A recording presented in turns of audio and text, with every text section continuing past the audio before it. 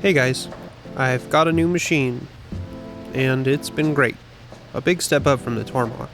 14 times faster rapids, 3 times the spindle speed, 3 times bigger tool changer that's actually functioning correctly and fast. Probing, it's been more accurate and consistent, and much more. The only issue is I'm still trying to figure out how to film things. However, I also have a lot of coolant options to try. The first thing I did was make a little test piece. I was more concerned about crashing the machine than getting good video to start with.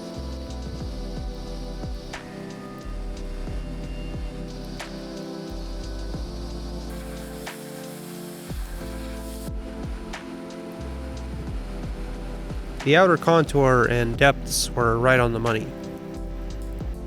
The tool setter can measure the length and diameter of tools. The holes weren't exactly on size, but that's not surprising. Different features will have different deflection, so you have to make adjustments based on the part. But I still have more rigidity and accuracy than the Tormach, so this means when I have made adjustments, I'm getting more predictable results. After getting a feel for the machine, I was ready to make a new pallet.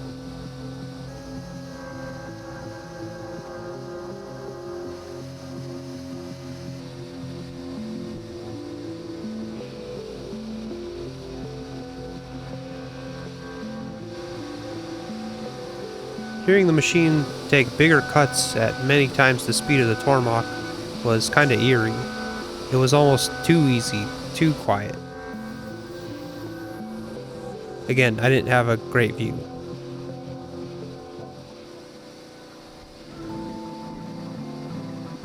I tried filming different angles,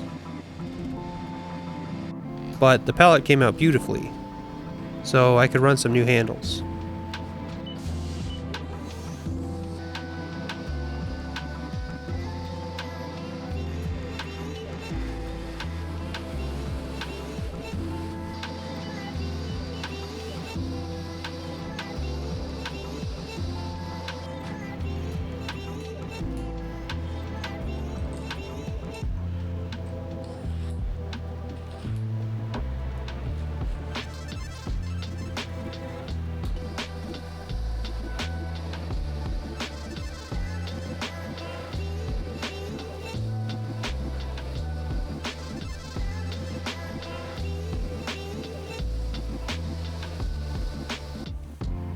Which also came out beautifully. Visually, I'd say they look slightly better than the older ones, but I did work a lot to make the old ones good too. Where it matters though is here, the lobed hole, and it's right on the money. And it's been consistent across the pallet and on different days, so no more am I worrying about every single hole and worrying if my work coordinate system has shifted from day to day. So I made a bunch in half-thou increments. If the holes are coming out more round, maybe I'll be able to tighten things up even more. But I still wanted to film it better. I heard about oleophobic tablet screen protectors. They wick away oil with a special coating. You can see it does work. Instead of the coolant fogging up in a thin layer, just beads kind of fall down the window. But they don't really fall down fast enough, so it still kind of blocks the view of the lens. It's good if it was just me, but for video I'm not sure if it'll work. The next thing I tried was rigid tapping, which went fine. So I made a spacer pallet and tapped all the holes instead of having to do it by hand like usual.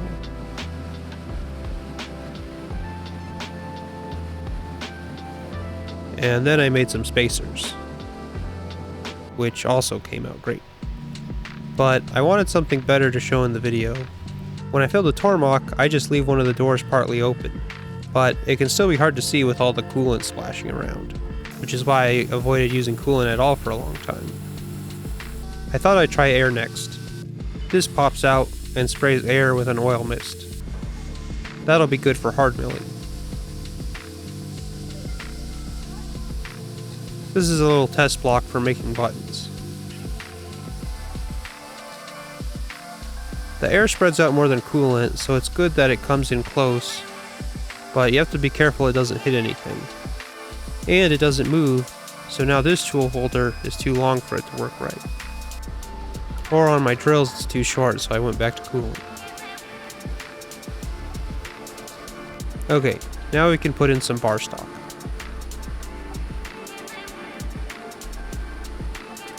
I'm going to try using the saw again. At first, I thought I just measured the center of the tool, but then I realized it isn't modeled in Fusion. So I had to carefully touch off the edge. I said the diameter was slightly bigger than it is to be safe, but I didn't have it actually measure the diameter. I'm going to make 6 buttons at once. This first run was actually a bit of a fail.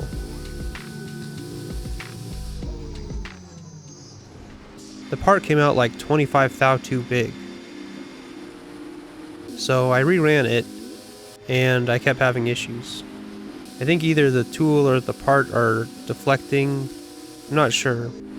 But I got it closer and ran the rest of the program.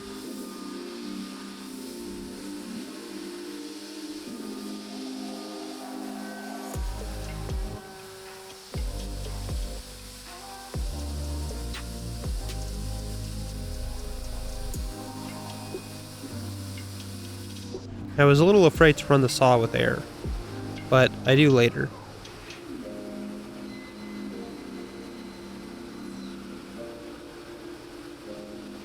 I put a program stop, but again I forgot to move the tool out of the way first.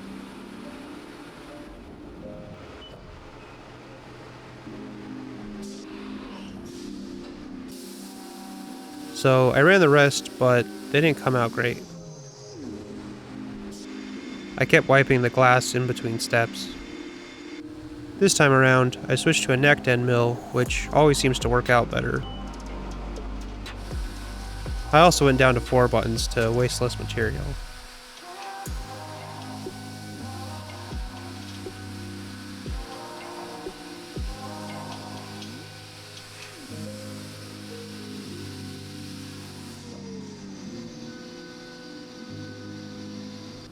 You can't see, but I tried sawing to full depth instead of many passes.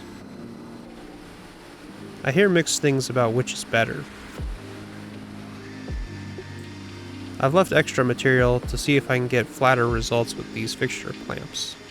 I thought the Uniforce clamps might be tipping them.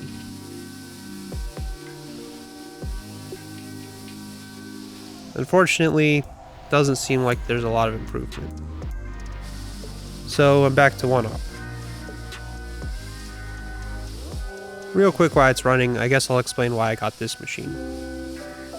For a long time, I think I resisted getting Haas, because it seems like a bit of a boring choice, and many people have frustrations with Haas. There's a ton of machine brands. I saw many of them at IMTS in 2018. I've talked to a lot of people and shops and salesmen, and I think the VF2 just made sense. It wasn't about horsepower or price.